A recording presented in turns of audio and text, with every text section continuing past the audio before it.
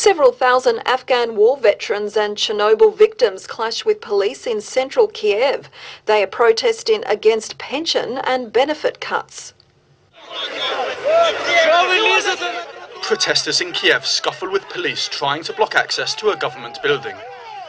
Thousands of Chernobyl victims and Afghan war veterans take to the streets of the Ukrainian capital to demonstrate against benefit and pension cuts. They also hold a minute's silence in honour of a Chernobyl survivor killed during a police raid on a protest camp on Sunday night. I came here because of the man who was killed in Donetsk. He was the man who turned those rich ones we have now into billionaires. And this man died because he has been working for 40 years for them. And they have come and stolen everything. And as a result, the man was simply trampled on. The former Soviet Republic is trying to cut spending in order to regain access to a $15 billion IMF package. The austerity measures, which could include moves to cut health benefits and reduce pensions, face strong opposition. When our motherland was in danger, they needed us. But now the motherland has wiped its feet on us, and nobody needs us anymore. The rally is the latest in a string of protests by veterans in Kiev and other cities, many of which have led to clashes with police.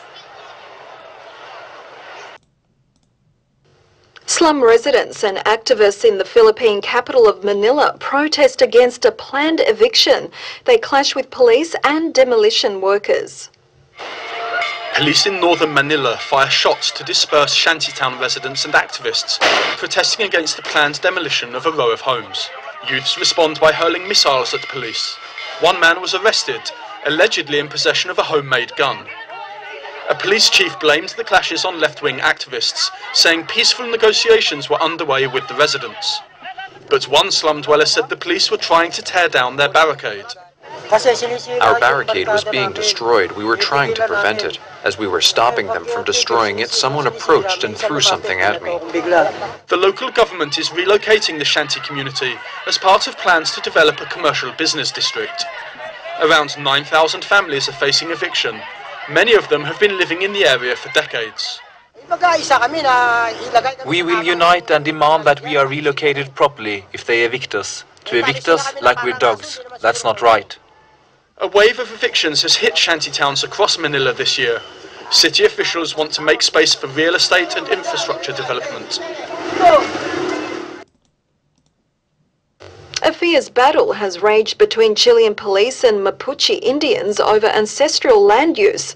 The Indigenous group in Tamonco set fire to trucks and threw rocks at police, who retaliated with tear gas and water cannons.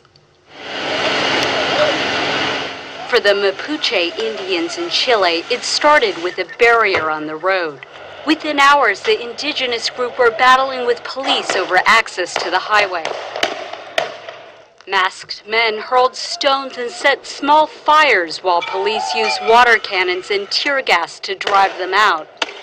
By nightfall, the Mapuche had set fire to several trucks. A minority in Chile with just around 1 million people, the Mapuche are protesting plans for construction of an airport on what they say is ancestral land.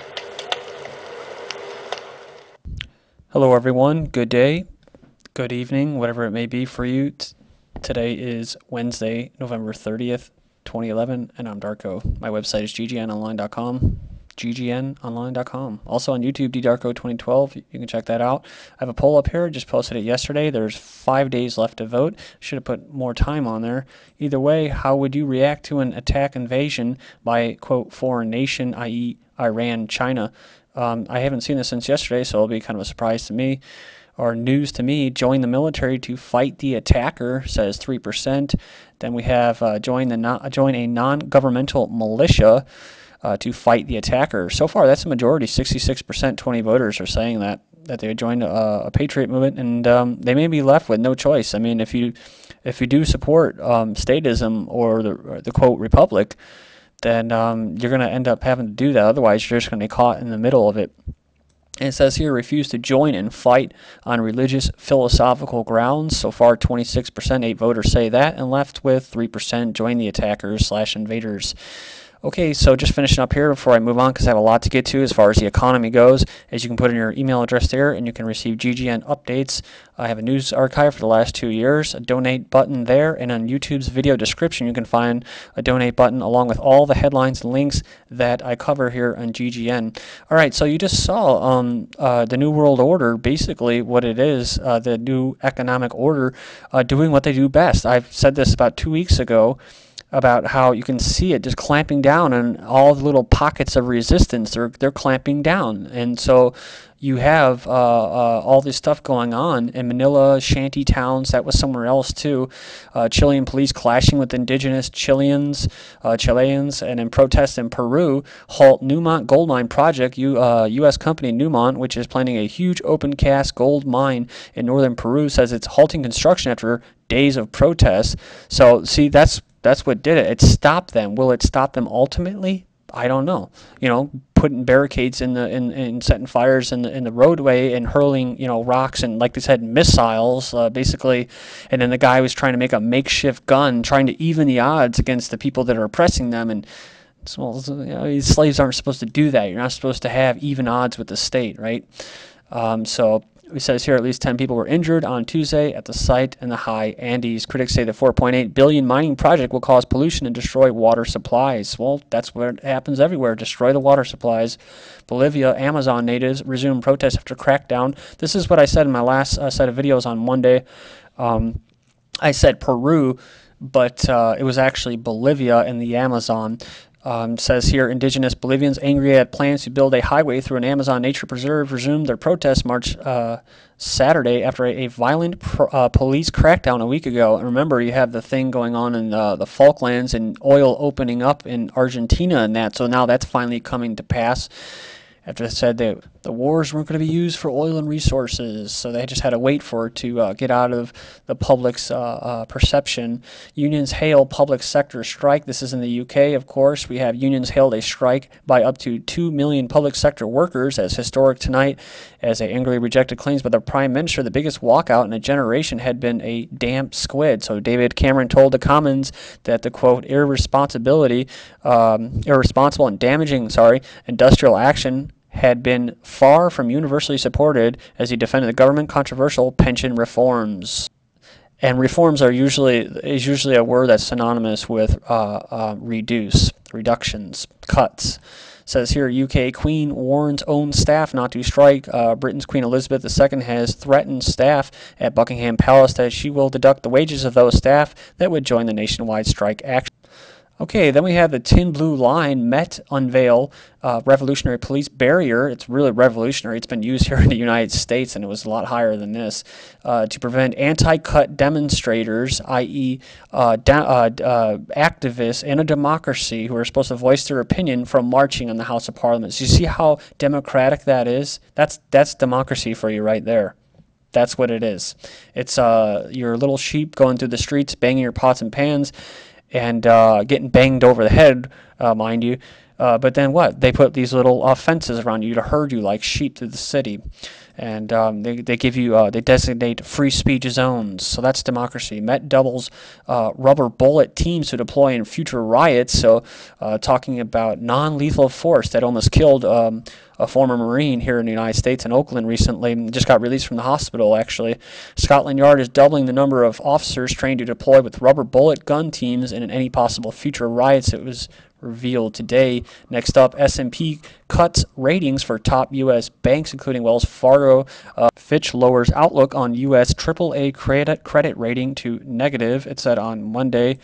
And these are the nice little rating institutions that basically, when they want to create this big, huge economic crisis, so they can come in and the IMF can shove loans down countries' throats. That's what it's for. Romania currency lowered to junk status.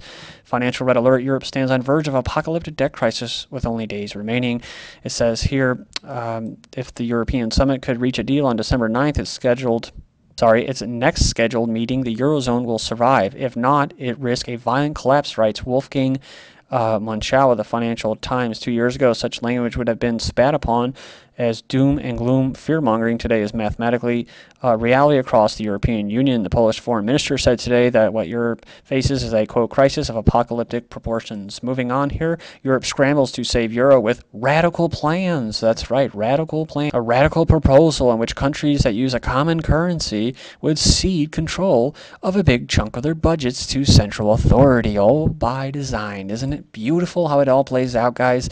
Board of Governors of the Federal Reserve System, so the Bank of Canada, England, Bank of Japan, European Central Bank, the Federal Reserve, the Swiss National Bank are today announcing coordinated actions to enhance their capacity to provide liquidity support to the global financial system. So I remember coming across an article by Obama saving the European Union, and says here that the world's major central banks launched a joint action to provide cheap emergency U.S. dollar loans to banks in Europe and elsewhere. So Greece gets $10.7 billion rescue plan, bailout, whatever you want to call it.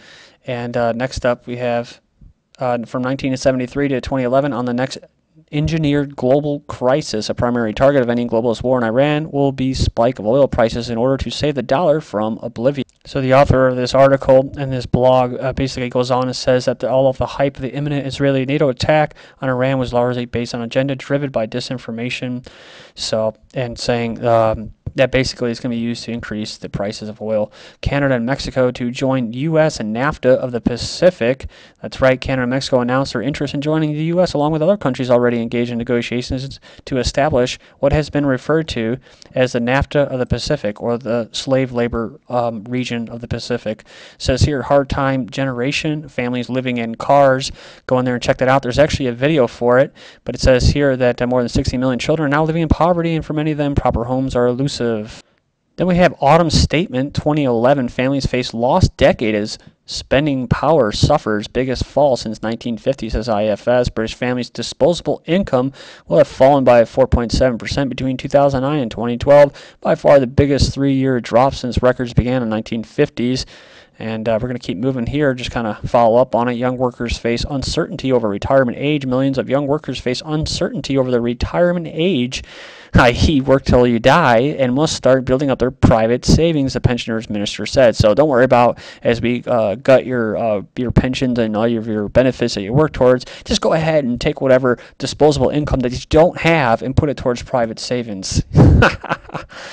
Join jobs scheme or lose your benefits, the chancellor tells the unemployed youth. So while youth are living in vans, and while there's a lost generation, hey, why don't you just go work? Or otherwise you won't get your benefits. God, these guys are assholes. Pardon my French. Western states seek comeback of cattle rustling. So as the economy gets worse, now cattle rustling is coming back. Lottery sales rise to record sales in 17 states. People are getting desperate here. You saw in Ukraine, it looks on those people's faces, man. They're ready to kill. I hate to say it, man, but they look like it. Drivers in danger as motorways are plunged into darkness by scrap metal thieves. So scrap metal is going on in the subways as well for the copper, right? So what do they have? NYPD undercover on the subways to act drunk and asleep to lure thieves. So they can't actually go and get people that are stopped like violent crimes and stuff like that.